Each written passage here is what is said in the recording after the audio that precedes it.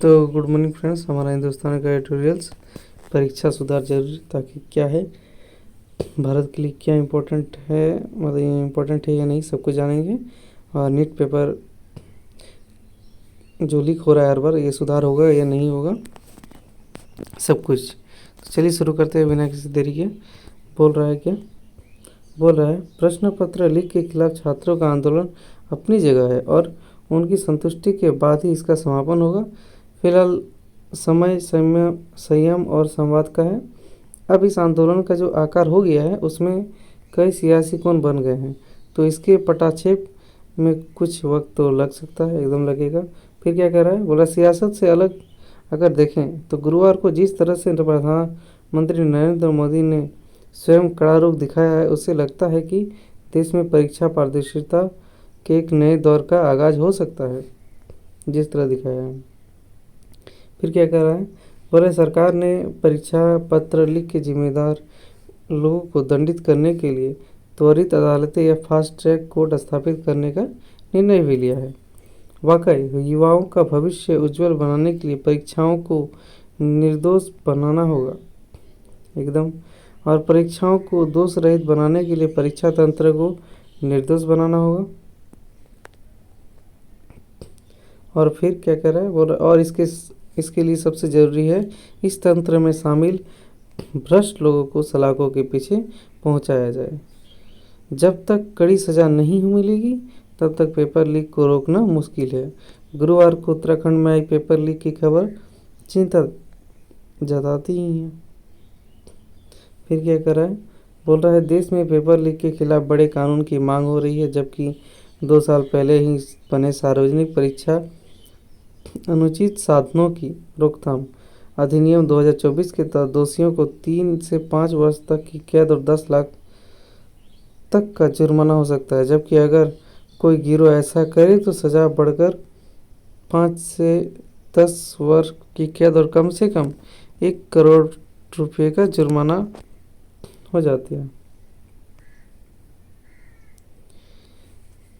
इतने कड़े कानून के बाद जरूरी है कि दोषियों को मुस्तैदी से सज़ा दिलवाई जाए। इसमें अब पुलिस के साथ फास्ट ट्रैक कोर्ट की भी भूमिका महत्वपूर्ण हो जाएगी। कुछ राज्यों ने ऐसी विशेष अदालतों का गठन किया है और जिस भी राज्य को इसकी ज़रूरत महसूस हो रही हो उसे ऐसा करना चाहिए, एकदम। फिर क्या कर रहा है, बोल रहा है कि प्रधानमंत्री ने बिल्कुल सही घोषणा की है, जो कि लोग हमारे युवाओं के भविष्य को नुकसान पहुंचाने की कोशिश करेंगे, उन्हें बख्शा नहीं जाएगा। इस घोषणा को साकार करने की जिम्मेदारी सरकार के साथ उन तमाम लोगों को निभानी पड़ेगी जो परीक्षा तंत्र से जुड़े हैं। ये छात्र आंदोलन जब समाप्त हो जाएगा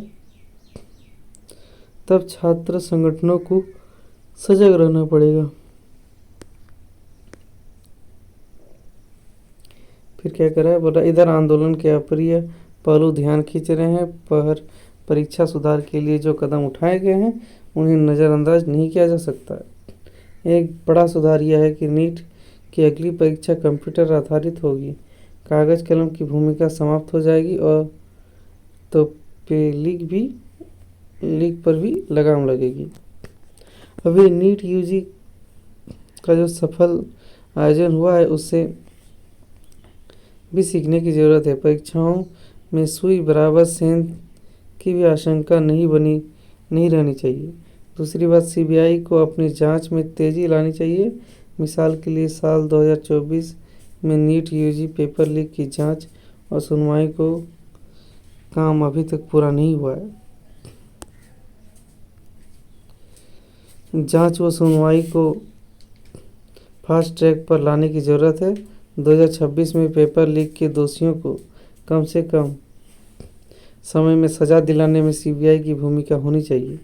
तीसरी बात, उन तमाम अच्छी सिफारिशों को लागू करने की ज़रूरत है जिनसे परीक्षा पारदर्शिता 16 आना सुनिश्चित हो। समय आ गया है किसी भी प्रश्न पत्र से जुड़े लोगों को परीक्षा तक सार्वजनिक संपर्कों से अलग रखा जाए। देश में परीक्षा तंत्र के विशेषज्ञों व ईमानदार लोगों को लोगों की कमी नहीं है, बस इन्हें काम करने देना चाहिए। तो ये था हमारा आज का ट्यूटोरियल। आई होप आपको अच्छा लगा है। अच्छा लगा तो वीडियो को लाइक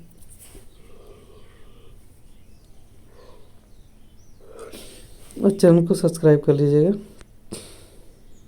थैंक यू।